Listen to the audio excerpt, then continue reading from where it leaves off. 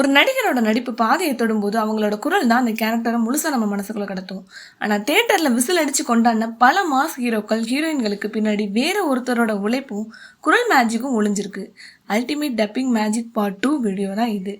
தமிழ் சினிமாவோட voice queen சின்மையிலிருந்தே ஆரம்பிப்போம். சின்மையோட குரல்ல நமக்கு உடனே ஞாபகம் வருது பாட்டு தான். ஆனா தமிழ் சினிமாவோட டாப் கிளாஸ் ஹீரோயின்கள் பல பேரோட கெரியரையே மாத்தி அமைச்சது இவங்களோட டப்பிங் வாய்ஸ் தான். சூர்யா பார்த்த உடனே காதல விழுற ஒரு சாஃப்ட் மெச்சூர்ட் அண்ட் ராயல் பொண்ணு தான் மேக்னா. படத்துல கொஞ்சம் சீன்ல மட்டும் வந்தாலும் சின்மய குரல்ல இருக்கிற அந்த சாஃப்ட்னஸும் நேர்த்தியும் தான் சமீரா ரெட்டியோட கேரக்டரை எவர் கிரீன் கேரக்டரா மாத்துச்சு. பக்கத்து ஊரு பாம்பே கேரளா கூட ஓகே, இவ்வளவு தூரம் யாராவது வருவாங்களா? கல்லூரி காலத்துல வர அப்பாவித்தனம், அதே சமயம் காதலுக்காக உருகி ஏங்குற பொண்ணுதான் சில்லுன்னு ஒரு காதல் ஐஸ்வர்யா. சூர்யா பூமிகா இடையில வர அந்த பிளாஷ்பேக் லவ் ஸ்டோரி இவ்வளோ ஃபீல் குட்டா இருந்ததுக்கு சின்மையோட வாய்ஸும் ஒரு காரணம். பிளாஷ்பேக் ஸ்டார்டிங்ல இருந்து கிளைமேக்ஸ்ல வர எமோஷனல் லைன் வரைக்கும் சூர்யா மேல இருக்கிற அந்த ஆழமான அன்பை வெறும் குரலால மட்டுமே நம்ம மனசுக்குள்ள கடத்தியிருப்பாங்க. ஒரு செகண்ட் கூட வாய மூடாம துரு துருன்னு பேசிக்கிட்டே இருக்கிற பாசிட்டிவ் எனர்ஜி நிறைந்த பப்ளிக் கேரக்டர் தான் கண்டென்ட் காதலை அஞ்சலி.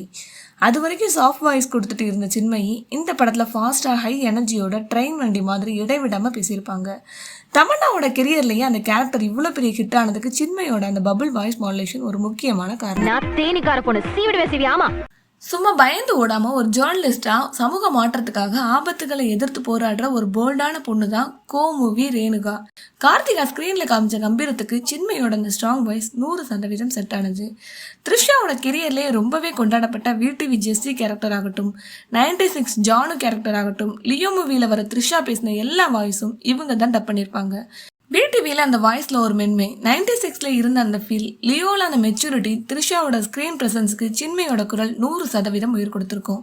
இது மட்டும் இல்ல, நான் 24 படத்துல வர சமந்தாவுக்கும், சத்தம் போடாதே படத்துல வர பத்மபிரியாவுக்கும், ஒஸ்தியில வர ரிச்சாவுக்கும் இவங்க தான் டப் பண்ணிருக்காங்க. ஏன் பேச மாட்டேங்கிற?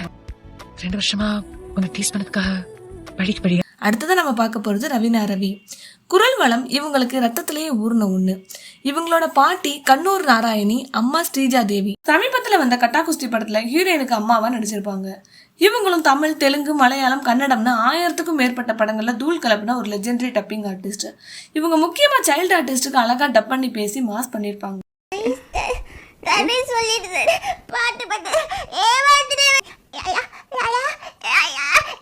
அமர்கலம், பிரியாத வரம் வேண்டும், காதலுக்கு மரியாதை, இப்படி நம்ம ரசிச்சு பார்த்த ஷாலினி கேரக்டர்களுக்கு வாய்ஸ் கொடுத்தது இவங்க தான். ஷாலினி எல்லாம் எப்போது மீட் பண்ணும்போது சொல்லியிருக்காங்க, சேச்சி எனக்கு நானே பேசின மாதிரி தான் எல்லாரும் நினைச்சிட்டு இருக்காங்க, ரொம்ப நல்லா இருந்ததுன்னு. அது மட்டும் இல்ல, ரவீனாவோட பாட்டி கண்ணூர் நாராயணி 70-80கள்ல தென்னிந்திய சினிமாவில் 400க்கும் மேற்பட்ட வாய்ஸ் கொடுத்த மிகப்பெரிய லெஜெண்ட். சுகாசினி தமிழ் சினிமாவுக்கு அறிமுகமான நெஞ்சத்தை கில்லாதே படத்துல அவங்களுக்கு குரல் கொடுத்தது இவங்க தான். இது மட்டும் இல்ல, தமிழ் நடிகைகள் தெலுங்குல நடிக்கும் போதும், தெலுங்கு படங்களை தமிழுக்கு மாற்றும் போதும் அந்த காலத்து டாப் ஹீரோயின்கள் சுகாசினி, சரிதா, ராதான்னு பலருக்கு இவங்க தான் வாய்ஸ் குயின். இந்த மாதிரி வாய்ஸ் எம்பையர்ல இருந்து வந்த ரவீனா ரவி கத்தி படத்துல அங்கிதா கேரக்டருக்கு சமந்தாவுக்கு இவங்க கொடுத்த வாய்ஸ் அவங்க தமிழ் ரசிகர்களுக்கு இன்னும் நெருக்கமாக்குச்சு. ஆனா அவர் அறிஞ்சதை விட நீங்க அறிஞ்சது ஸ்ட்ராங்கா இருந்தது, பழிச்சது. அதான் உங்களால அவர் அறிய முடியும்னு தோணுது. அது மட்டும் இல்ல, ஐ படத்துல தியா கேரக்டரோட எமோஷனல் வாய்ஸ், தெரி படத்துல ஆனி டீச்சர், 2.0 படத்துல நிலான்னு எமி ஜாக்சனோட பெஸ்ட் தமிழ் வாய்ஸே ரவீனா தான்.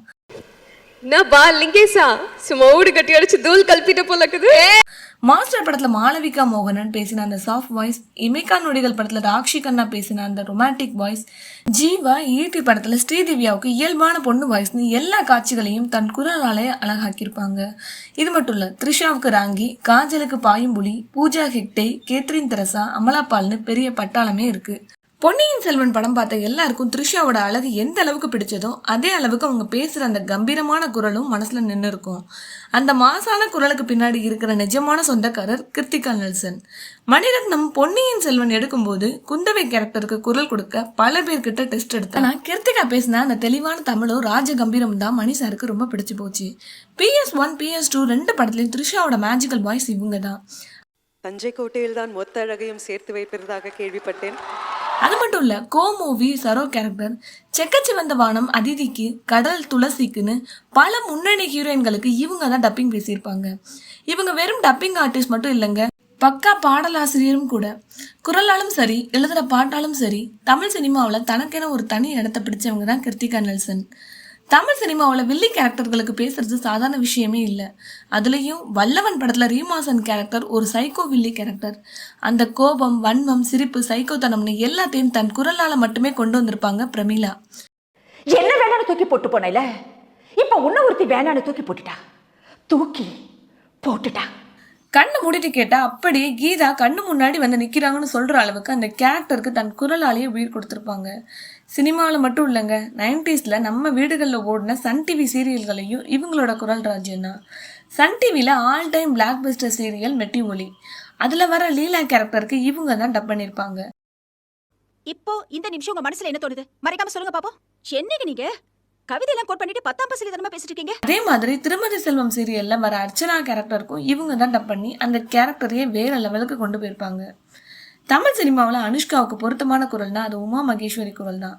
குறிப்பாக பாகுபலி படத்தில் தேவசேனாவா வர அனுஷ்காவுக்கு இவங்க கொடுத்த அந்த கம்பீரமான உச்சரிப்பும் தைரியமான குரலும் தான் அந்த கேரக்டரே வேற லெவலுக்கு கொண்டு போச்சு.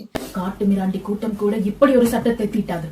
உங்கள் சாசனங்களை நெருப்பில் எறியுங்கள், உங்கள் சட்டங்களை கடலில் எறியுங்கள். இவங்க வெறும் கம்பீரமான குரல் மட்டும் இல்லைங்க, இறுதி சுற்று படத்துல வர எழில்மதியா வர ரித்திகா சிங்குக்கும் அந்த சென்னை பாஷையில ரஃப் அண்ட் டஃபா பேசி அசத்தி இருப்பாங்க. அந்த படத்துல இவங்க பண்ண மேஜிக்காகவே இவங்களுக்கு சிறந்த டப்பிங் கலைஞருக்கான மாநில விருது கிடைச்சது. முகமது அலி கிட்ட கத்துக்கின கலவாணி கலகலப்பு படத்துல ஓவியாவுக்கு குரல் கொடுத்தது இவங்க தான். நடிகை நந்திதா ஸ்வேதாவுக்கு தமிழ் சினிமாவில் ஒரு பெரிய அடையாளம் கிடைச்சதுக்கு உமா மகேஸ்வரியோட குரலும் ஒரு முக்கிய காரணம். இதற்கு தானே ஆசைப்பட்டாய் பாலகுமார படத்துல வர குமுதா கேரக்டருக்கும் முண்டாசுப்பட்டி படத்துல வர கலைவாணி கேரக்டருக்கும் இவங்க கொடுத்த அந்த சாஃப்ட் அண்ட் கியூட் வாய்ஸ் ரசிகர்களை ரொம்பவே கவர்ந்தது. திரையில வேற வேற அழகான ஹீரோயின்களை நம்ம பார்த்திருந்தாலும் அவங்க பேசின அந்த மனசு தொட்ட குரலுக்கு சொந்தக்காரர் ஒரே ஒருத்தர் தான். அவங்க தான் தமிழ் சினிமாவின் ஆல்ரவுண்டர் நடிகை மற்றும் dubbing artist Rohini. 90s Manisha Koirala Tamil சினிமாவுக்கு வந்தப்ப அவங்களுக்கு தமிழ் குரலா உருமாறினதே ரோஹிணி தான். மணிரத்னத்தின் பாம்பே படத்துல மனிஷாவுக்கு இவங்க கொடுத்த டப்பிங் வாய்ஸ் வேற லெவல். அந்த வாய்ஸ்ல இருந்த வலி, காதல் ரெண்டுமே நம்மள உருக வச்சிருக்கோம். அதே மாதிரி இந்தியன் படத்துல வர மனிஷாவுக்கும் பேசினது இவங்க தான். அடுத்ததா வேட்டையாடு விளையாடு படத்துல வர ஜோதிகாவோட ஒரு மெச்சூரிட்டியான அழகான பொண்ணோட குரலை தன் டப்பிங் மூலமாவே அவ்வளவு அழகா கொண்டு வந்திருப்பாங்க.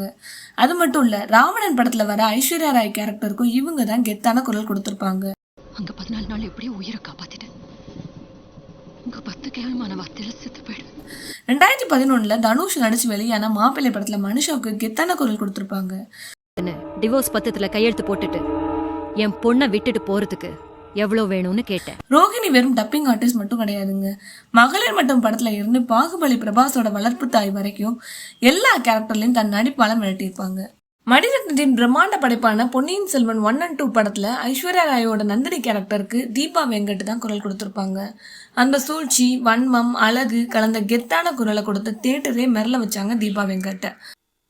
பொன்னில் செய்து போட்டாலும் விலங்கு தானே. அது மட்டும் இல்ல, நயன்தாரா தமிழ் சினிமாவில் லேடி சூப்பர் ஸ்டாரா உயர்ந்ததுக்கு அவங்களோட நடிப்பு எந்த அளவுக்கு காரணமோ அதே அளவுக்கு தீபா வெங்கட்டோட குரலும் ஒரு முக்கிய காரணம்.